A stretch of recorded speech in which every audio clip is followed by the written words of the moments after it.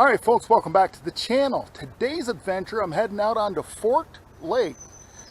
Two objectives on this paddle today. One, I wanted to get out because it's a good day. It's supposed to be 75, 77 degrees today. And the other is, I've always wanted to go back here and camp on Forked Lake because they only have paddle up and hike 2 sites. They have a couple of trailer sites there at the main body, but I'm going to paddle out and check out some sites, see which site I want. Follow along.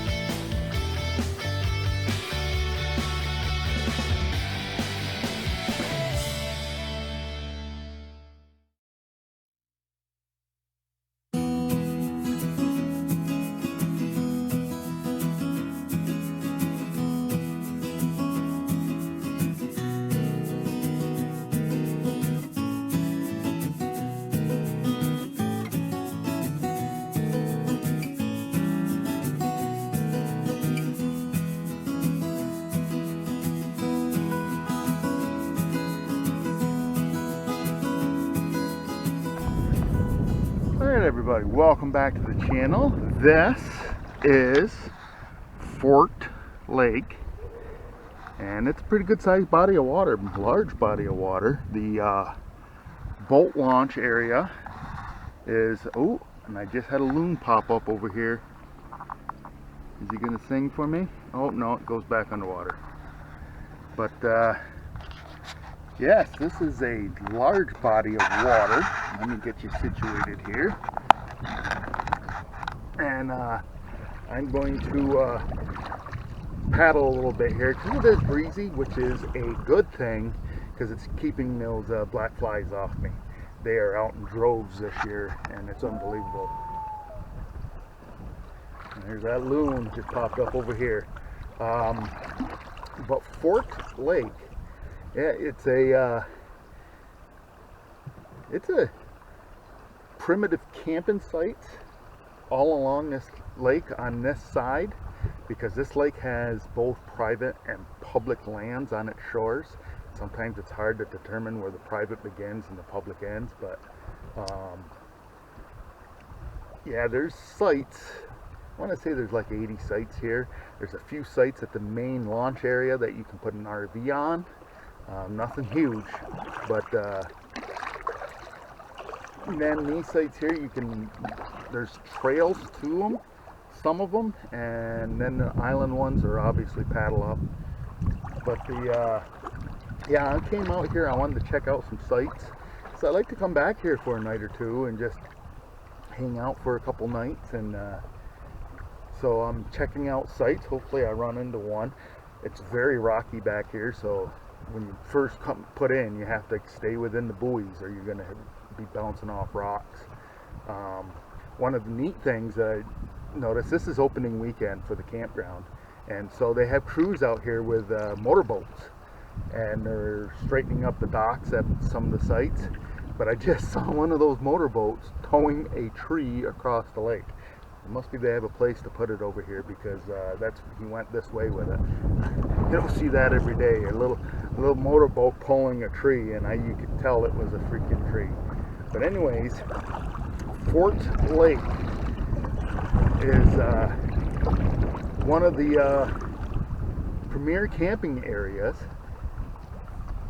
A lot of people who came back here camping said that they loved camping back here. It's one of the best primitive camping areas that they've ever been.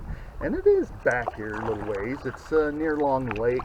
Racket Lake is to the south this way, and actually there's a canoe carry to go right from Forked Lake over to Racket Lake. And behind me is the dam that takes you to go around the dam. It'll take you down to Buttermilk Falls, where I did a video on that there last year.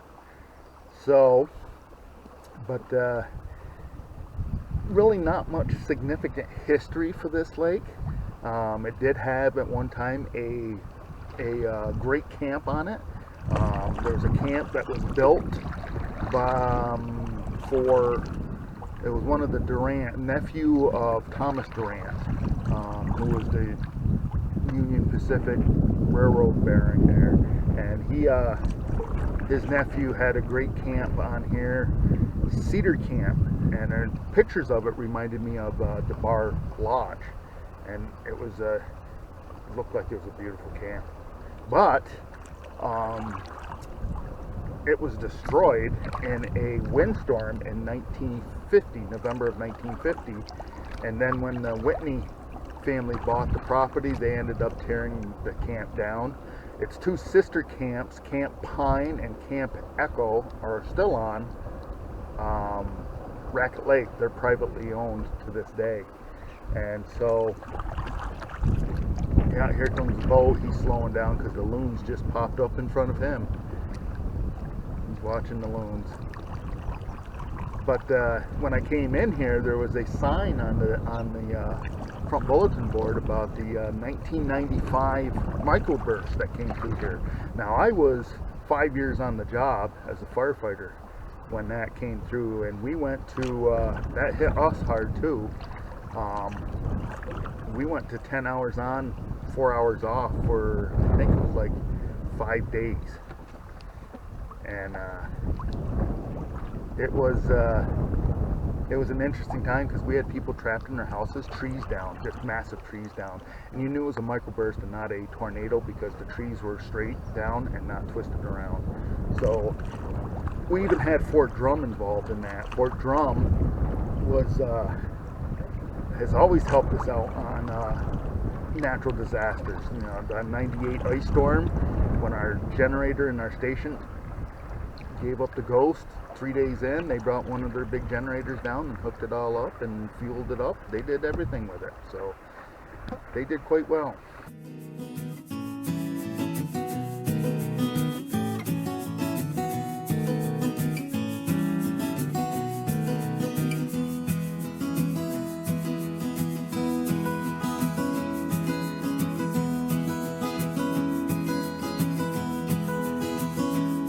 So for the 95 microburst, I can remember some of the guys, because Fort Drum was out helping the communities, and one of the guys said that they were out doing night maneuvers in an 80-ton vehicle, and they got rolled.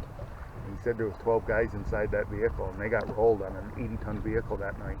So that was July 15th, 1995, and but Fort Drum, they supplied personnel to help get people out of their houses. They supplied equipment, and even in 1995 it was so bad, they even, one of the correctional facilities up here brought out prisoners. And boy, them guys had a lot of fun with chainsaws and wood chippers, let me tell you. It was funny watching them, and then after you thought about it, you're like, oh my God, you know, these guys are prisoners, and look at them. They were just having too much fun with the chainsaws and the wood chippers. But it was an interesting time. But I'm going to paddle around, and I am going to see if I can find a site that interests me. I am keeping an eye to the sky because it is, when I left to come here, I'm staying in Long Lake, on Lake Eaton, and I left to come here, it was about 74 degrees, and I bet you now it's 80, and it's getting more humid, so that means something is going to blow up over these mountains and come in eventually, so I got to keep an eye to the sky too. But I'm going to go paddle around and see what I can see.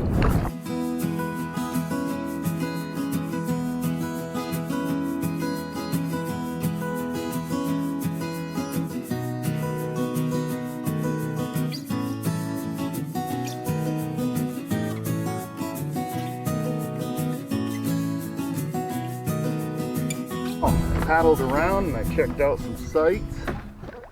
I think I found one that I like, but I'm going to paddle over to it here a bit. Jesus, it's 85 right now, and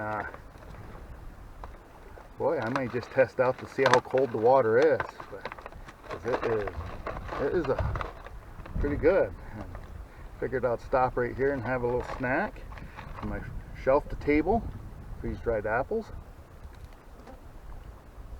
So if you're looking for some snack food when you're out and about hiking, paddling, camping, look up shelftotable.com.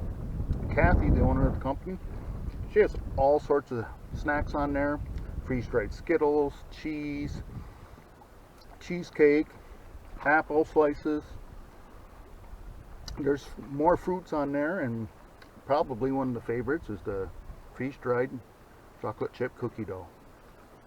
I've never tried it because it was gone by the time I went to try it. But Shelf to Table, if you order some, make sure you use my code ADK10, get 10% off. So I'm going to head over to this site. Looks like it has a nice little beach. I may be just tempted to jump in. I'm keeping an eye to the sky because it's starting to get really humid and it's hazy off into the distance here on that mountain. So it's getting to the point where something's going to blow over that mountain.